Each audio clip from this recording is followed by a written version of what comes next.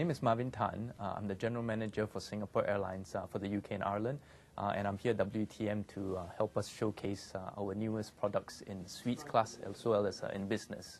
Yeah.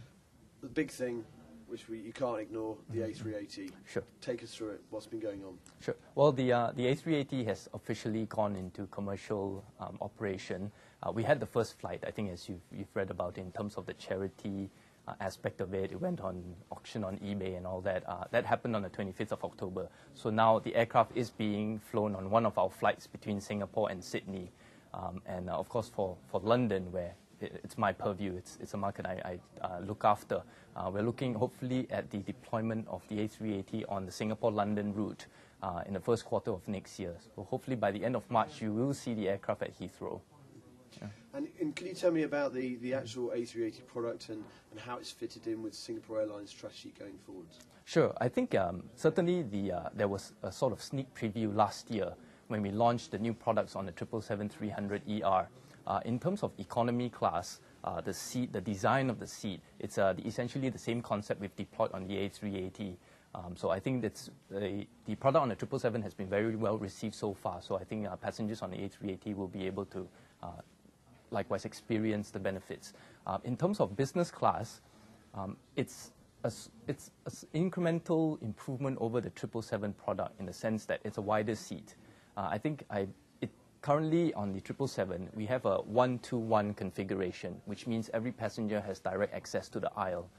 That remains extremely important for us because I think based on feedback from passengers, it's something that they really look for. And on the A380, basically, what the biggest difference is that the seat width is actually increased by another 4 inches. It's 30 inches on the 777 and 34 on the A380. So in terms of the spaciousness, the comfort, it's certainly a step above what we really currently offer. And then, of course, moving to the front of the aircraft, we have the suites, the Singapore Airlines suites, which we really want to call it a class beyond first because that's what we feel it is. In terms of privacy, exclusivity, the fact that it's no longer a seat that converts into a bed. It's an actual bed. It's a separate mattress. I think these are all evolutionary steps in the premium air product, which we're very excited to be able to offer to the UK market sometime next year. How have the suite and the A380 been received in the market so far? What kind of buzz do you think it's created? Certainly, of course, I think suites probably has attracted a disproportionate amount of media coverage, simply because of the fact that it really raises the bar for front cabin travel on an airline in terms of the product. So people going to the websites, you see the press strips that are being reported on the internet, all of these things. I think it gives you a very good flavor of the kind of experience someone could look forward to if they were to fly suites. Yeah, in terms of business class, I think because it was already launched in a certain way with the 777, people are actually just waiting to try it for themselves. They know what it actually offers.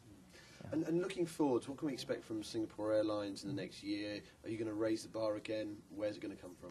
Sure. Well, the A380, of course, I think in terms of an aircraft that has a brand new design, it's the first, maybe possibly since the Concorde.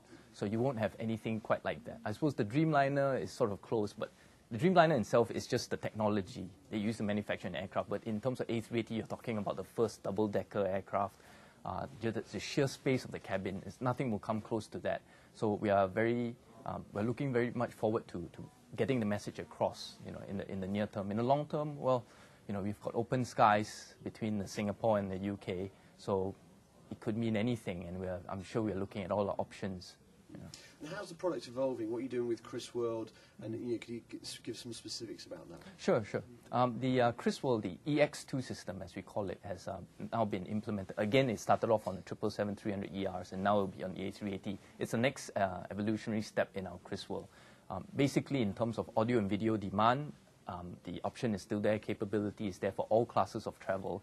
In terms of the sheer storage, now we can offer 100 movies, 180 TV shows, 700 CDs, and a wide variety of 3D games. And this is, again, on demand. So you can play, you can pause, rewind, forward, anything you wish, again, in all classes of travel. So in terms of the experience, the in-flight experience for our passengers, I think we certainly think it's a step above.